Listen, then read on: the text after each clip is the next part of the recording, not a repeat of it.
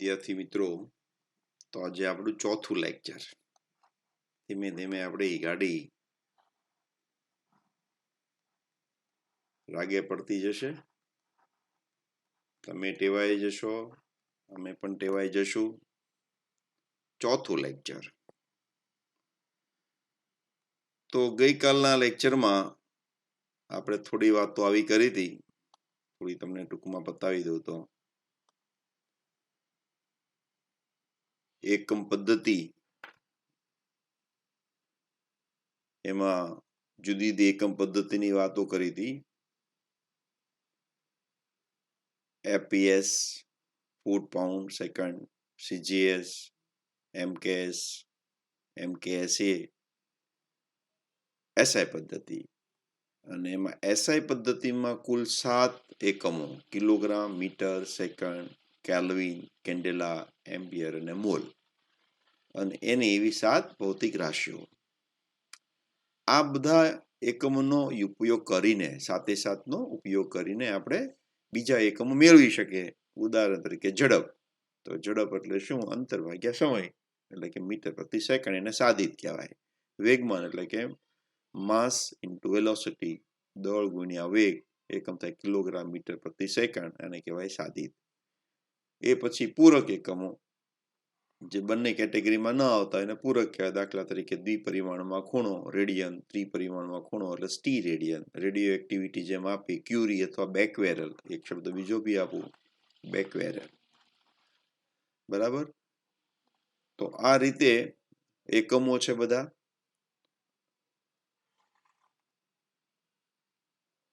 એ સિવાય પછી મેં તમને એક ટેબલમાં રેન્ડમલી મેં તમને કરાવ્યા હતા. હવે આજે આપણે એને થોડું આગળ ચલાવીએ. તો ક્ષેત્રફળ મેં તમને યાદ કેમ રાખવું એ મેં તમને યાદ કરાવ્યું હતું કે કેમ યાદ રાખવું. તો ક્ષેત્રફળનો એકમ ધારો કે મારે લખવો છે. બરાબર છે? જો ક્ષેત્રફળનો એકમ મને યાદ રાખે તો હું લખી નાખી ક્ષેત્રફળ એટલે કે મીટરનો વર્ગ. જો યાદ ન આવે તો મારે સૂત્ર લખવાનું. ક્ષેત્રફળ એટલે શું?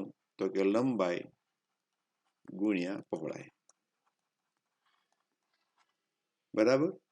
લંબાઈ કેમાં મપાય? તો કે મીટરમાં. પહોળાઈ કેમાં મપાય? તો કે મીટરમાં. એટલે શું થઈ જાય? Metre into metre. અહીંયા એક ઘાત છે, અહીંયા એક ઘાત છે. જેના પાયા સરખા હોય એની ઘાતોનો સરવાળો થાય. પૂરું સ્ટેપ આપીશ, દર વખતે નહીં આપું. તો મીટરનો વર્ગ આવ્યો. એટલે આ રીતે મીટરનો વર્ગ આવ્યો. એવી રીતે ધારો કે હું એમ કહું, કોણીય વેગ અમને થોડી વાર નહીં વિચારતા, કારણ કે કોણીય વેગ મેં તમને થોડી વાત કરી હતી. પંખો જે ફરતો હોય છે, બરાબર, તો પંખાની ફરવાની ઝડપ છે આપણે કોણીય વેગથી માપીએ, અથવા પૃથ્વી પર પોતાની ધરીની આસપાસ, એ આપણે કોણીય વેગથી માપતા હોઈએ છીએ. પ્રવેગ. તો પ્રવેગ એટલે શું? તો કે વેગનો ફેરફાર. વેગનો ફેરફાર ભાગ્યા સમય. તો આ એનું સૂત્ર છે. તો વેગનો ફેરફારનો એકમ શું હોય? તો વેગ જેવો જ હોય. વેગનો ફેરફાર કેટલો થાય? કે 2 મીટર પ્રતિ સેકન્ડનો વેગનો ફેરફાર થયો, 5 મીટર પ્રતિ સેકન્ડના ફેરફાર થયો. તો વેગના ફેરફાર વેગ જેવો જ હોય, એટલે કે મીટર પ્રતિ સેકન્ડ. અને સમય કેમાં હોય? તો સેકન્ડમાં. એટલે શું આવશે? મીટર પ્રતિ સેકન્ડનો વર્ગ. સેકન્ડ ગુણ્યા સેકન્ડ એટલે સેકન્ડનો વર્ગ.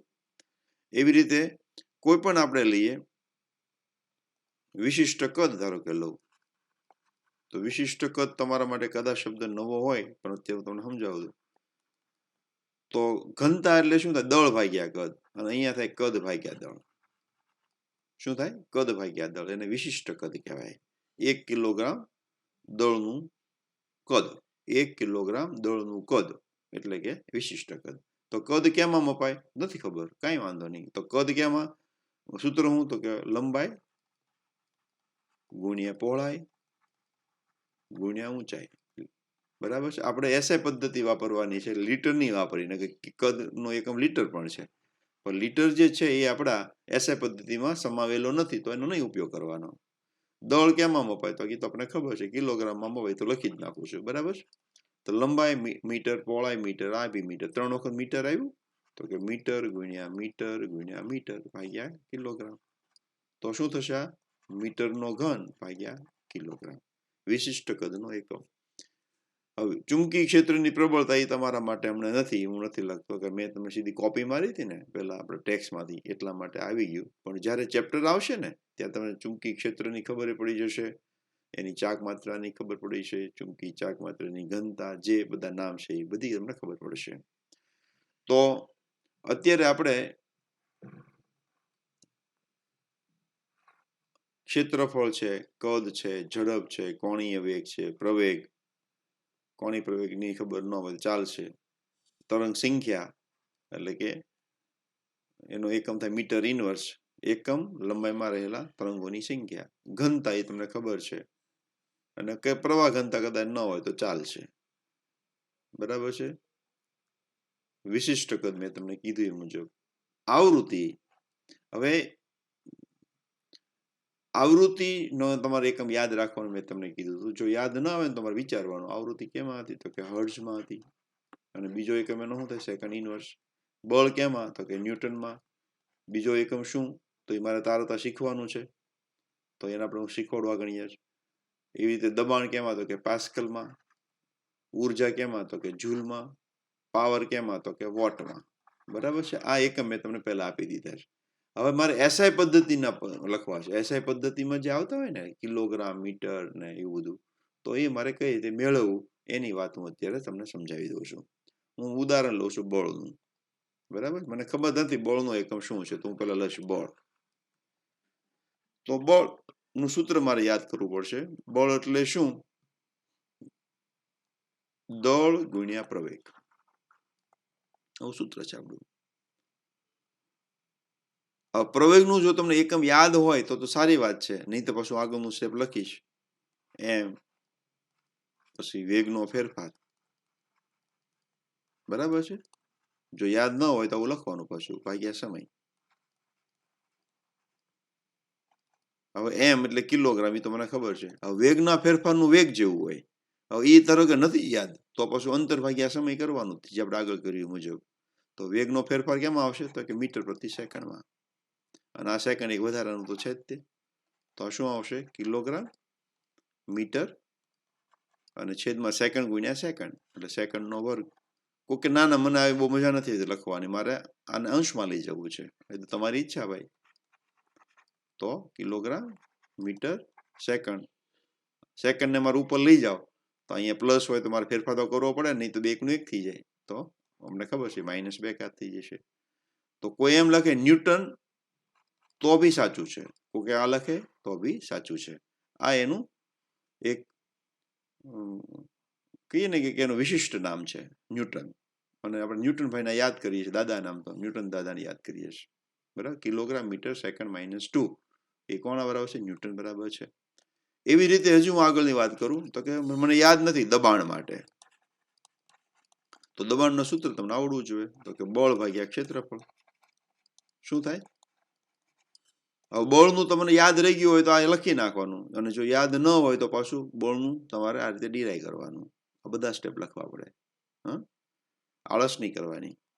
તો બળના બધા સ્ટેપ હું લખીને પછી ક્યાં પહોંચી જઈશ. હું આળસ એટલા માટે કરું છું, તે ખોટે ખોટું તમારે ખોટું તમારે વધારે આ જોવું ન પડે, તમારે ડિરાઈ કરવાનું પાછું. ક્ષેત્રફળ તો આગળ આપણે લખેલું હતું, નો અર્થ લંબાઈ ગુણ્યા પહોળાઈ, એટલે કે મીટરનો વર્ગ થશે કે નહીં. તો કિલોગ્રામનો કિલોગ્રામ લખી નાખું, અહીં બગડો ઉપર જશે એટલે શું થશે, માઇનસ થઈ જશે, 1 - 2 સેકન્ડ -2, તો શું થશે, કિલોગ્રામ મીટર -1 સેકન્ડ -2. આનું બીજું નામ શું છે, પાસ્કલ. તો આવી રીતે આપણે બધા માટે તારવી શકીએ. પછી યાદ જ રાખવાના છે, મેં તમને ગઈકાલના લેક્ચરમાં ઉદાહરણ આપ્યું હતું ને કે ભાઈ 8 પેન લેવાની હોય 28 રૂપિયાની, તો ગુણાકાર જેને આવડતો, સોરી ટેબલ જેને આવડતા હોય તાત્કાલિક કરે, કે નહીં તો બાકી ગુણાકાર કરવો પડે તો વાર લાગે. પછી હું લઉં કાર્ય. બરાબર છે, કાર્યનું સૂત્ર શું છે, તો કે બળ ગુણ્યા અંતર. આમ તો સ્થળાંતર કહેવાય, પણ અત્યારે અંતર લાવે ચાલશે. બળ કેમાં, તો હું લખી નાખું, આવડે છે મને તો, કિલોગ્રામ મીટર સેકન્ડ -2. અંતર કેમાં હોય, તો કે મીટરમાં જ હોય ને, તો કિલોગ્રામ મીટરની 1 ઘાત, અહીંયા મીટરની 1 ઘાત, એટલે મીટરની 2 ઘાત થઈ ગઈ, સેકન્ડ -2. આનું બીજું નામ શું છે, તો કે જૂલ, એનો સિમ્બોલ છે જે. તો આવી રીતે આપણે જો એકમો ન આવડતા હોય તો આપણે આવી રીતે એકમો શોધી શકીએ. બરાબર છે? તો આ રીતે તમારે આખું ટેબલ પૂરું કરવાનું છે. બરાબર? બધા ટેબલમાં તમને આવડવું જોઈએ. તો અહીંયા લખતું જવાનું. બળ એટલે શું? તો કે કિલોગ્રામ મીટર સેકન્ડ -2. દબાણ કિલોગ્રામ મીટર -1 સેકન્ડ -2. ઉર્જા અથવા કાર્ય આ બધાના એકમ સરખા છે. બધા કાર્ય બધા પ્રકારની ઉર્જા કિલોગ્રામ મીટરની 2 ઘાત સેકન્ડની -2 ઘાત. પાવર તો પાવરનું હવે તમે તારવજો કિલોગ્રામ મીટરની 2 ઘાત સેકન્ડની -2 ઘાત. કઈ રીતે પાવરનું તારવવાનું છે? તો કે કાર્ય કરવાનો દર એટલે કાર્ય ભાગ્યા સમય. એટલે કાર્ય ભાગ્યા સમય કરશો એટલે આવું આવી જશે. કાર્યનો તમારું શું આવું લખી નાખવાનું ભાગ્યા સમય એટલે સેકન્ડ. સેકન્ડ ઉપર જશે સોરી -3. તો આવી રીતે તમે એકમો તારવી શકશો. હવે આ એકમો તમારે યાદ રાખવાના છે. એક દિવસમાં યાદ ન રહે તો તમારે થોડો સમય આપવો પડશે, 2 દિવસ 3 દિવસ.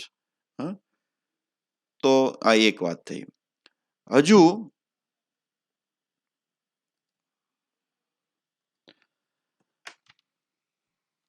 હવે જે આજે થોડી આગળની વાત કરવાની છે પારિમાણિક સૂત્રની વાત કરી છે.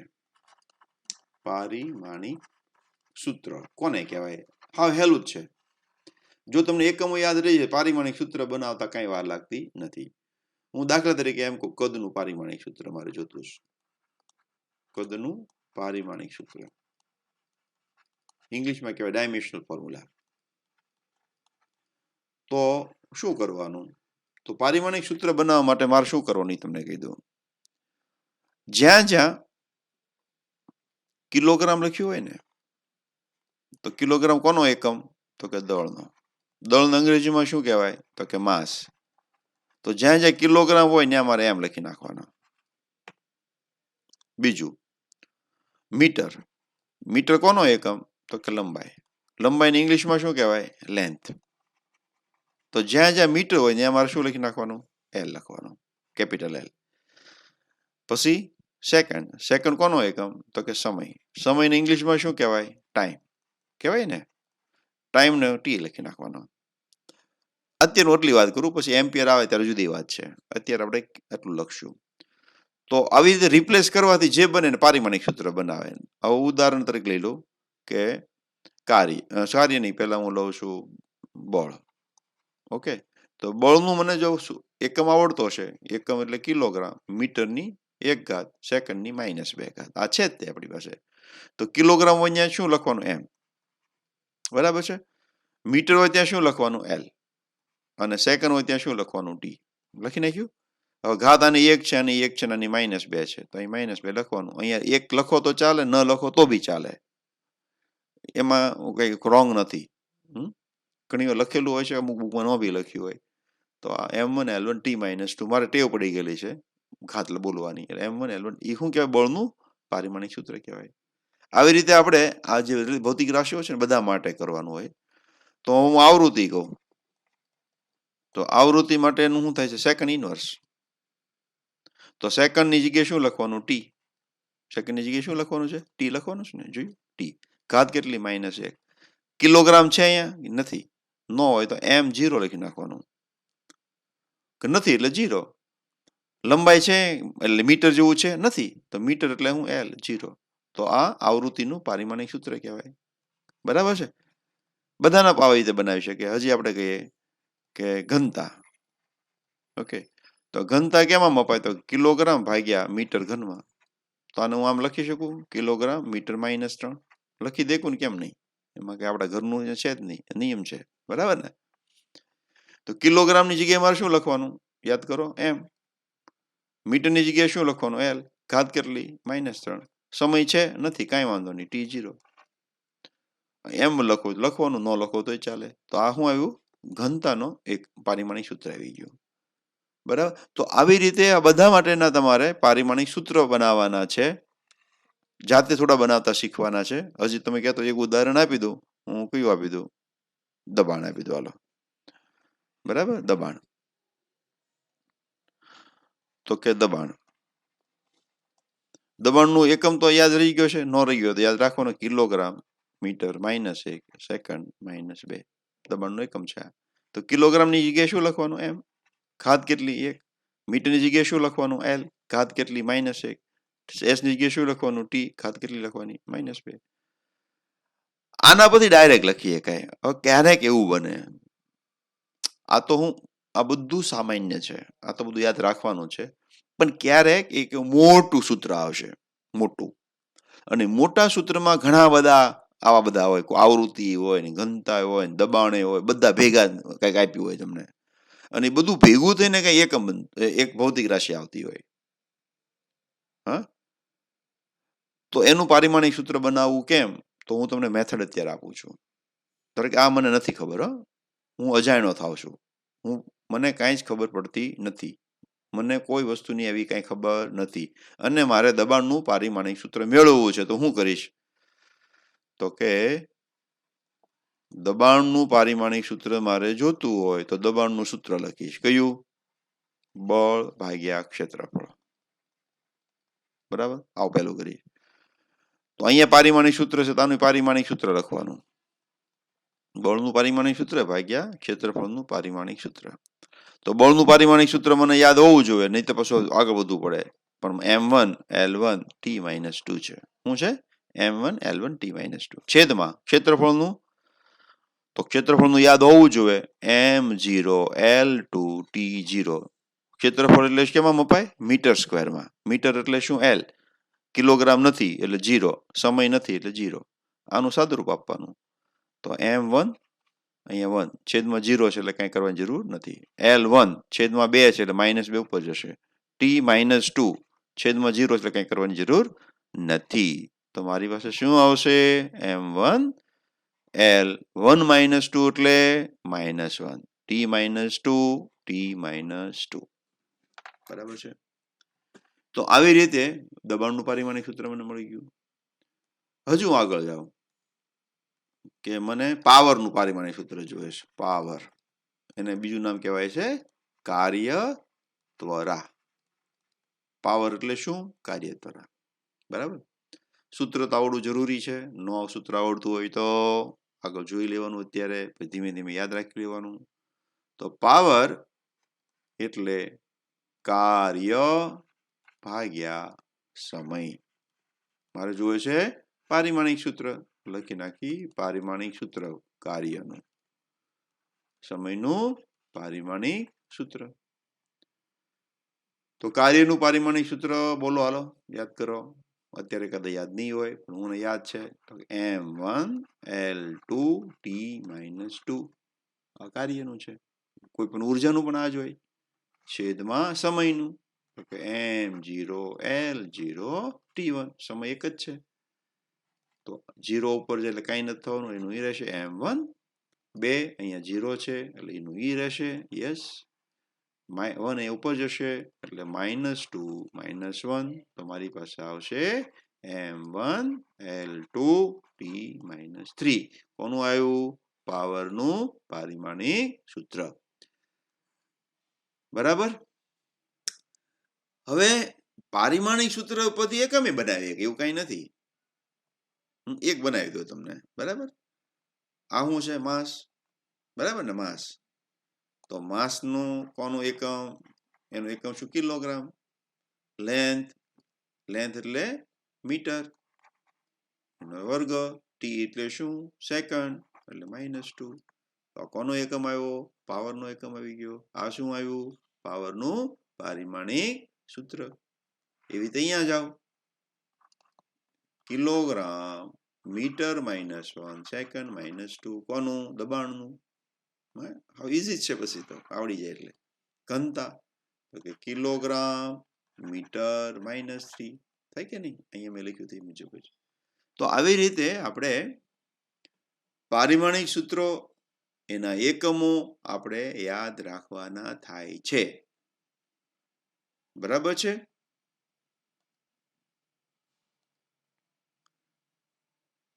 તો આ ટેબલ તમારે લર્ન કરવાનું થાય છે, તમે કરશો તે. એ પછી મેં તમને સમજાવ્યું હતું ત્રિકોણમિતિની થોડીક વાત, પણ એ પહેલા આ જો આખું છે તે ટેબલ, આ ટેબલ છે જ આખું, પણ મેં તમને ડિરાઈ કરાવડાવ્યું છે. હવે આ સૂત્રો મેં તમને કીધા હતા, વર્તુળની ત્રિજ્યા તો કે r હોય તો એનો પરિઘ કેટલો થાય 2πr, ક્ષેત્રફળ કેટલું થાય πr² થાય, ગોળાનું ક્ષેત્રફળ કેટલું થાય 4πr² થાય, કદ કેટલું થાય તો 4/3 πr³ થાય, બરાબર.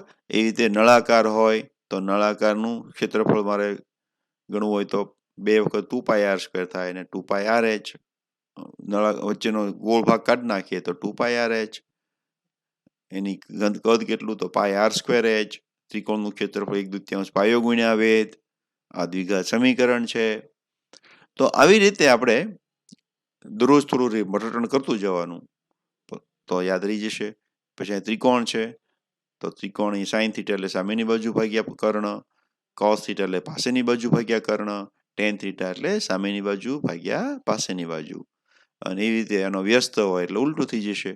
તો આ પણ એક તમારે યાદ રાખવું પડશે, બરાબર. પાયથાગોરસમાં આપણે જાણીએ છીએ કે બે બાજુ જે નાની છે એનો વર્ગનો સરવાળો કરવું તો સામેની બાજુનો વર્ગ મળી જશે. તો આપણે મેથેમેટિક્સમાં એટલું આવવાનું છે. આ સિવાયનું આવવાનું પણ એટલું તમારે બેઝિકમાં જોશે. એટલે આનું આપણે અવારનવાર તમારે લખવું પડશે, હોમવર્કમાં કરવું પડશે તો યાદ રહી જશે. એ પછીનું એક ટેબલ છે. Yes, this is very important. પાછું આપણે લખીએ છીએ ને 1 મિલીમીટર લખીએ છીએ ને, શું લખીએ છીએ 1 મિલીમીટર. તો ખરેખર મીટરનો એક ભાગ છે આ. તો મીટરને આગળ આ મારે મિલી ન લખવું હોય તો શું લખી શકાય? તો ટેબલમાંથી મિલી શોધી કાઢો. ટેબલમાંથી મિલી શોધો, ક્યાંક હશે ક્યાંક લખેલું. યસ, આ લખેલું છે મિલી. તો મિલીની જગ્યાએ શું લખી શકાય 10⁻³ તો આને અમારે આમે લખી શકાય. આ ન લખવું હોય તો 10⁻³ મીટર છે. મિલીમીટર એટલે શું 10⁻³ મીટર. પછી આપણે એમ અમદાવાદ સુધીનું અંતર કેટલું તો કે 200 કિલોમીટર. લગભગ કહું છું, પાછા તમે પાકું નહીં માપતા. તો 200 કિલોમીટર. તમારે કિલો શબ્દ નથી વાપરવો તો શું લખી શકાય એની જગ્યાએ? ગોતી કાઢવામાંથી કિલો કિલો કિલો અહીંયા છે. હા, આપણે કિલો એટલે કિલોગ્રામ ને સમજીએ એવું નથી. 10⁻³ તો કે 200 × 10⁻³ મીટર થાય કે નહીં? કિલોની જગ્યાએ શું લખ્યું 10⁻³. 10⁻³. મિલીની જગ્યાએ શું લખ્યું 10⁻³ તો તમારે યાદ હોય તો લખાય, ન યાદ હોય તો ક્યાંથી લખવાનું છે? બરાબર છે. કોકે ના હજી મારે આમે લખવું છે 2.0 × 10⁻²ને 3. આવો આ ન આવડતો ફરી વાર તમને હરખી રીતે સમજાવું. તમે બધા નાના છો, હજી ભણવામાં છે ને ડિમાન્ડ મોટા જેવી હોય, ભણવાની વાત આવે ને ત્યારે નાના જેવા થઈ જઈએ. તો આને હું આમ લખી શકું 10⁻² છે અને આ 3 છે. તો અહીંયા હું 210 આમ લખાય? લખાય જ ને ભાઈ, આ કઈ ઘરનું નથી. 10⁻² ને 10⁻³ હોય તો જેના પાયા સરખા ઘાતનો બાદબાકી. શું બાદબાકી? સરવાળો ભાઈ. થાય કે નહીં? સરવાળો થાય. શું થાય?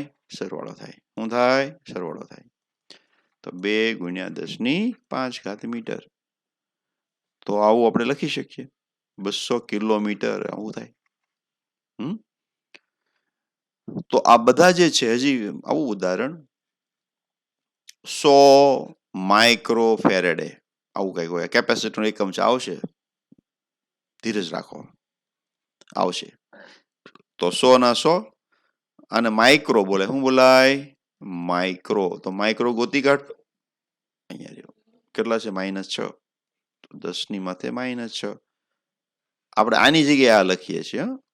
ફેરેડે લખવાનું બાકી છે, ફેરેડે પછી લખશું.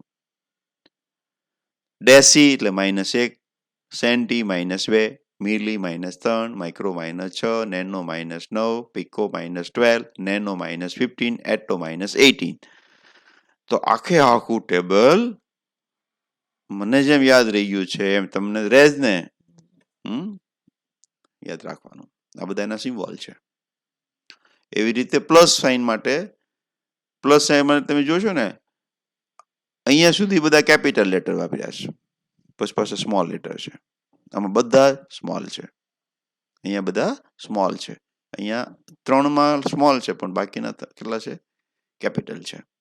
કિલો એટલે કે, હેક્ટર એટલે H, 10⁻², ડેકા અહીંયા ડેસી તો ડેકા, સેન્ટી તો હેક્ટા, મિલી તો કિલો, માઇક્રો તો મેગા, નેનો તો ગીગા, પીકો તો ટેરા, ફેમ્ટો તો પેટા, એટો તો એક્ઝા.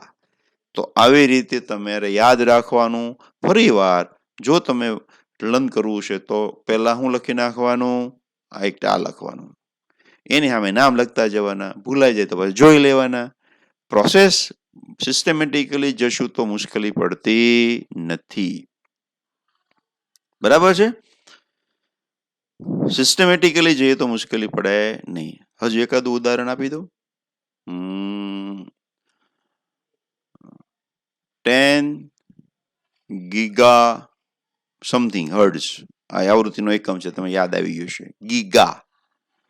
તો 10 નો 10 લખ્યો, 10 નો 10 લખ્યો. ગીગાને મારે કાઢી નાખવું છે, એની જગ્યાએ શું લખી શકાય? તો ટેબલમાં જુઓ, મને તો યાદ છે 10⁻² શું છે? તો કે 10⁻9 છે.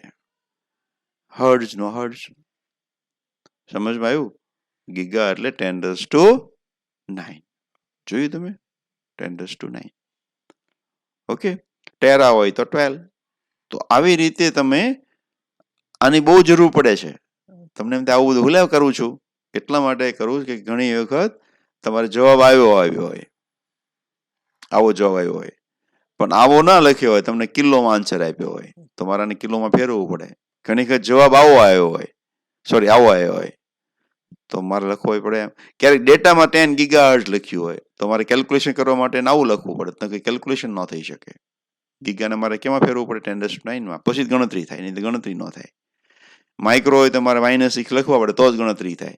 એટલા માટે જરૂર છે. મેં તમને શરૂઆતના લેક્ચરમાં કીધું, આ આખો પાયો છે ગણતરી વાળાનો. મેથેમેટિક્સ સરસ થઈ જાય એટલે તમારે કેલ્ક્યુલેશનમાં ભૂલો આવશે નહીં, પ્રેક્ટિસ કરતા રહેશું એટલે. એટલા માટે આપણે કરવું જરૂરી છે. પહેલું ચેપ્ટર હજી આપણે ઘણું બધું કરવાનું છે આમ તો મેથેમેટિક્સ. આ તો મેં તમને હજી નંબરિયા પાડ્યા છે, તો એનો અર્થ એવો નહીં કરવાનો કે આ નથી આવડે એવું. દર વર્ષે આવડી જ જાય છે. હું તમને ખાતરી આપું કે તમને રસ પડશે, પણ તમારે રસ પાડવા માટેની તૈયારી તો બતાવવી પડશે ને. જ્યાં સુધી રસપ્રદ સબ્જેક્ટ નહીં થાય ત્યાં સુધી તમને મજા ન આવે. અને રસપ્રદ થવા માટે તમારે તૈયારી દર્શાવવી પડે કે ના સર કહે છે બરાબર છે. પહેલા તમારે ટ્રસ્ટ રાખવાનો છે. આપણે એક પરંપરા રહી છે કે સબ્જેક્ટને ઇન્ટરેસ્ટિંગ બનાવીને પછી જ ભણવાનું. શરૂઆતમાં તમે 10મા સુધી ભણ્યા છો એ અલગ રીતે ભણ્યા છે, અત્યારે આપણે અલગ રીતે ભણાવતા હોઈએ. એટલે તમારે 2 મહિના સુધી જે કંઈ કરે જ રાખવાનું.